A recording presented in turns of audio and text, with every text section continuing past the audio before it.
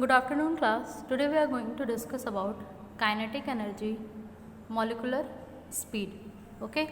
Students, we will discuss also about Maxwell-Boltzmann distribution of molecular speed and most probable speed. Okay. As both the terms are correlated, that's why we will discuss in the same lecture. So students, as you all know, earlier we have discussed about the kinetic theory of gases, in which we have seen assumptions of kinetic theory, which was given by Clausius. So there we have seen that gas is made up of large number of extremely small particles. We have also seen that there is collision between the particles. They also they collide and strike on the walls. So there are so many consequences. But students, talking to the kinetic energy and molecular speed. Okay, this is important because in your exam numerical part came from this part. So students, basically we will start with the kinetic gas equation. Students, जो हमने kinetic theory gases की देखी थी उसके basis पे एक mathematical equation derive हुई जिससे हम लोग गैस लॉज को डिड्यूस कर सकते हैं. ठीक है, इसी इक्वेशन को हम लोग कहते हैं काइनेटिक गैस इक्वेशन. और इसको लिखते कैसे हैं? It is written as PV is equal to 1/3 mc². ठीक है स्टूडेंट्स, ये आप बिल्कुल दिमाग में बैठा लीजिए, ये काइनेटिक गैस इक्वेशन है. अब स्टूडेंट्स, इसमें जो P है वो आपका प्रेशर है exerted by the gas, V जो है आपका वॉल्यूम है गैस का, M जो है मास है, जो मॉलिक्यूल्स हैं गैस के उन मॉलिक्यूल्स का मास है. यहाँ पे स्टूडेंट्स N भी है, जो स्मॉल n है वो आप जानते हैं कि नंबर ऑफ मॉलिक्यूल्स हैं जो कि गैस के प्रेजेंट हैं. ठीक है, और C जो है आपका वो है रूट मीन स्क्वायर स्पीड. ठीक है, जो कि अभी हम लोग पढ़ेंगे कि रूट मीन स्क्वायर स्पीड है क्या. ठीक है स्टूडेंट्स, इससे जब हम रूट मीन स्क्वायर स्पीड पढ़ेंगे या आप उसको मीन स्क्वायर स्पीड पढ़िए, हम उसको काइनेटिक एनर्जी को लेते हुए पढ़ेंगे, मतलब काइनेटिक एनर्जी का उसमें एस्पेक्ट लेते हुए डिराइव करेंगे. कैसे? Let's see. एक चीज़ स्टूडेंट्स, इस डिस्कशन को मतलब मॉलिकुलर स्पीड के जो कॉन्सेप्ट आ रहा है उसको स्टार्ट करने से पहले हम लोग करेंगे जो ऊपर का इक्वेशन है. ठीक है, उसको कैसे हम मॉलिक्यूल के स्पीड में एक्सप्रेस करें, वही चीज़ यहाँ पे हमें पढ़नी है. ठीक है, तो स्टूडेंट्स, जब हम इस इक्वेशन को हमें डिड्यूस करना है या आप कह सकते हैं एक्सप्रेस करना है कि स्पीड ऑफ मॉलिक्यूल के रेस्पेक्ट में, तो उसके लिए हम कॉन्सेप्ट लाते हैं काइनेटिक एनर्जी और मॉलिकुलर स्पीड का. सो स्टूडेंट्स, जैसा कि पहले भी बताया गया, मॉलिक्यूल्स जो हैं, जो पोस्टुलेट्स थे आपके काइनेटिक एनर्जी थ्योरी के, तो उसमें बोला गया ये जो गैसेस पार्टिकल्स हैं या मॉलिक्यूल्स जो भी हैं ये आपस में कोलाइड करते हैं, कोलिजन होता है, और फिर उसमें हुआ कि एनर्जीज़ जो है वो डिफरेंट होती हैं, कई सारे एस्पेक्ट है. ठीक है, तो स्टूडेंट्स वहीं पे हमने देखा कि ये मूव करते हैं डिफरेंट डायरेक्शंस में, डिफरेंट स्पीड्स में. और एक और चीज़ देखा गया कि स्ट्राइक भी कर देते हैं कंटेनर के वॉल को. इसकी वजह से क्या होता है, जो इंडिविजुअल स्पीड है, ठीक है, जिसकी वजह से जो हम कह सकते हैं कि काइनेटिक एनर्जी है वो चेंज होती रह रही है सेम टेम्परेचर पे भी.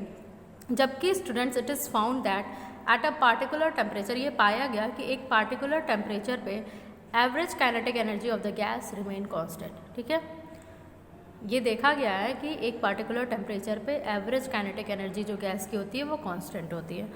तो स्टूडेंट्स, अगर हम एक पार्टिकुलर टेम्परेचर की बात कर रहे हैं, उस टेम्परेचर में हम बोलते हैं कि N1 मॉलिक्यूल है जिसकी स्पीड V1 है. आपको डिफरेंट मॉलिक्यूल, सपोज करिए हम 3 ही मॉलिक्यूल ले लेते हैं, तो अगर ये पार्टिकल हमारे 3 पार्टिकल्स हैं, तो तीनों पार्टिकल की जो हम बात करते हैं कि नंबर ऑफ मोल्स हैं या नंबर, ये N1 के लिए हम N1 रखते हैं, इसका वॉल्यूम हम या स्पीड हम क्या रख लेंगे, इसकी स्पीड हम V1 रख लेंगे. ये अगर हमारा सेकंड है तो इसको N2 मान लेंगे, इसकी स्पीड V2 मान लेंगे. ये थर्ड है, इसको N3 मान लेंगे, इसकी स्पीड V3 मान लेंगे. ठीक है स्टूडेंट्स, इस तरह से अज्यूम करते हुए जब इसका हम टोटल काइनेटिक एनर्जी देखेंगे तो हमें पता है काइनेटिक एनर्जी क्या होती है, ½ mv². ठीक है स्टूडेंट्स, अब क्या है, जब काइनेटिक एनर्जी ½ mv² है और हमने अज्यूम किया है कि जो N1 है उसकी स्पीड V1² है, N2 है उसकी स्पीड v2 स्क्वायर है, N3 है उसकी स्पीड v3 स्क्वायर है। तो हम काइनेटिक एनर्जी के इक्वेशन में इसको पुट कर देंगे। और स्टूडेंट्स हमने यहाँ पे बेसिकली किया गया कि N1, N2, N3 आप यहाँ पे देख पा रहे हैं, और हमने फर्स्ट के लिए half mv1 square that is, second के लिए हाफ mv2 स्क्वायर, थर्ड के लिए हाफ mv3 स्क्वायर। अब स्टूडेंट्स हमें यहाँ से कॉमन टर्म्स लेने थे, तो हमने हाफ m को कॉमन ले लिया, फिर n1 v1 square, n2 v2 square, n3 v3 square. Okay students यहाँ पे m जो है मास था मॉलिक्यूल का, पहले भी बताया गया। जब इसको हम लोग जो आपका टोटल नंबर ऑफ मॉलिक्यूल था उसको average kinetic energy of the gas से डिवाइड करते हैं, मतलब ये जो टोटल था E के बाई n जब हम करेंगे तो आप इस इक्वेशन को पाएंगे। ठीक है, E के ध्यान रखिएगा स्टूडेंट्स, E के केस में यहाँ पे आप ये टर्म्स देख रहे हैं, जबकि जब हम बात किए इसको डिड्यूस कर दिए n1 v1 square, n2 v2 square इस फॉर्म में, तो हम इसको फाइनल एवरेज लेके अगर, ठीक है, ये आप E बार जो देख रहे हैं वो एवरेज है, E बार क्या हो जाएगा E के बाई n। ठीक है स्टूडेंट्स, अब E के बाई n को जब हम वैल्यूज पुट करते हैं तो आपको ये एक्सप्रेशन मिलता है। इस इक्वेशन में जो ये टर्म्स हैं आपके, ये factor n1 v1 square, n2 v2 square, n3 v3 square upon n1 plus n3, ये रिप्रेजेंट करता है mean square of the speed, इसे हम क्या कहते हैं, मीन स्क्वायर स्पीड। ठीक है, ये मीन स्क्वायर स्पीड हो गया स्टूडेंट्स। अब आप इजीली अज्यूम कर सकते हैं कि रूट मीन स्क्वायर स्पीड क्या होगा। तो स्टूडेंट्स इससे ही हम कैसे रिप्रेजेंट करेंगे, अगर हम रूट मीन स्क्वायर स्पीड कह दे रहे हैं तो उसे हम c से रिप्रेजेंट करते हैं, और इसी को हम क्या कर देंगे, अंडर रूट कर देंगे। जो हमारे फैक्टर्स हैं n1 v1 का स्क्वायर, n2 v2 का स्क्वायर एंड सो ऑन, इधर आपका n1 plus n2 plus n3 जो भी है। ठीक है, ये आपकी, यही आपकी क्या है, इस रूट मीन स्क्वायर स्पीड, ये आपकी क्या है, रूट मीन स्क्वायर स्पीड। ठीक है स्टूडेंट्स, और इसके बेस पे आपसे न्यूमेरिकल क्वेश्चंस एग्जाम में आते हैं। अब स्टूडेंट्स हम बात करेंगे कि एवरेज स्पीड भी हमने देख ली, एवरेज स्पीड भी हमें यहाँ पे दिख रही है सीधे सीधे। अब हम अपने मेन टॉपिक में आएंगे जो कि है Maxwell Boltzmann distribution of molecular speed. ये स्टूडेंट्स आप यहाँ देख पा रहे हैं जो रूट मीन स्क्वायर स्पीड दिखी है। ठीक है, ये आपकी रूट मीन स्क्वायर स्पीड।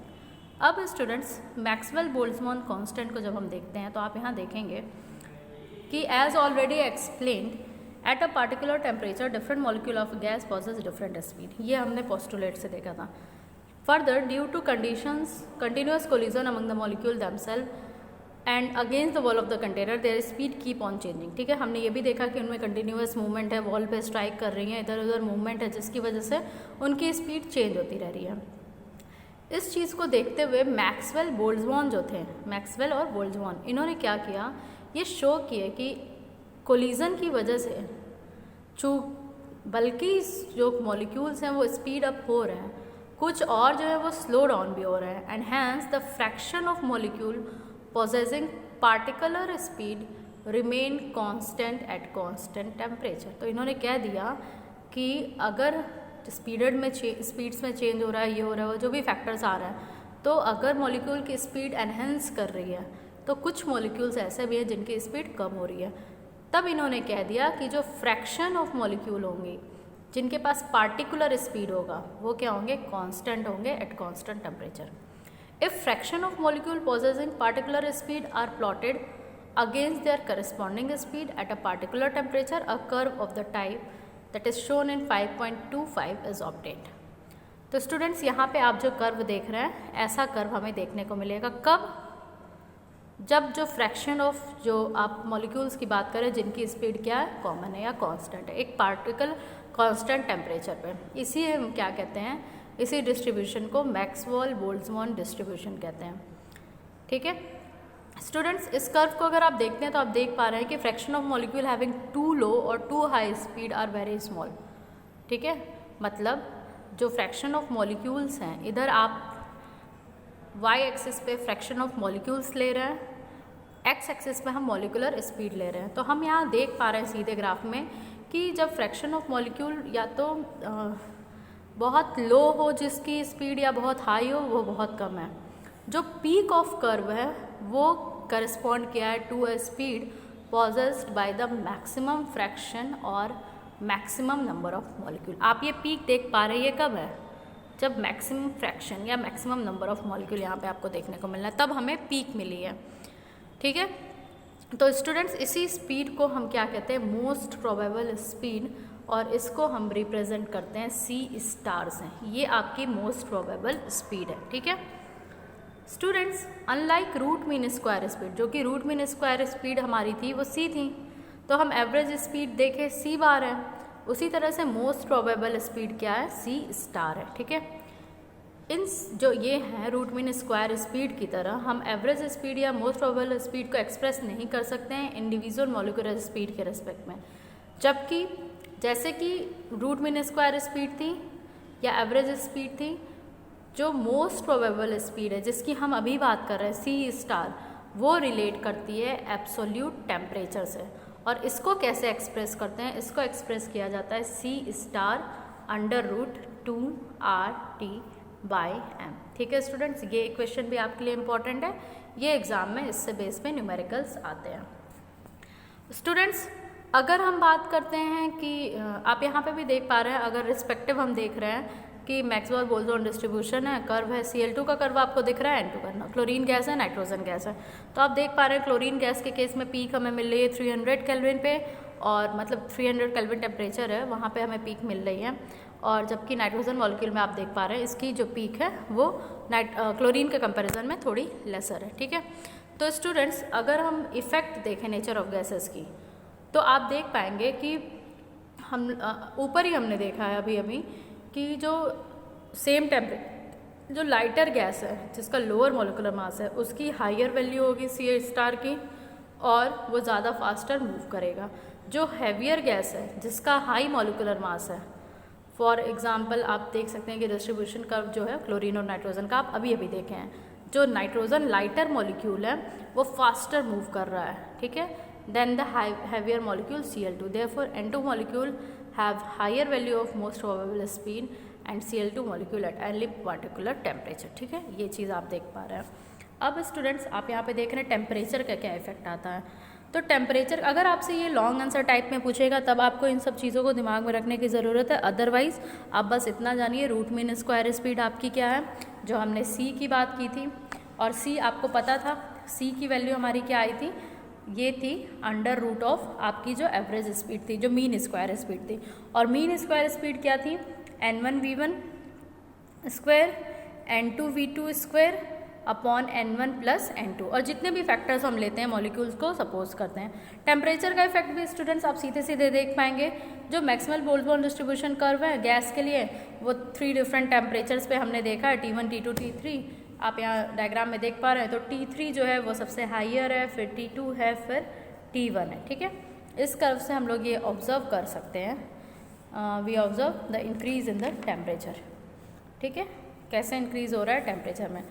तो T3 आपका C*3 मान लीजिए, T2 आपका C*2 है, और T1 आपका C*1 है, और C* आपका क्या है, जो मोस्ट प्रोबेबल स्पीड है। Okay students, so this is about the Maxwell-Boltzmann constant and the molecular speed, and also about the root mean square speed. Okay, thank you class.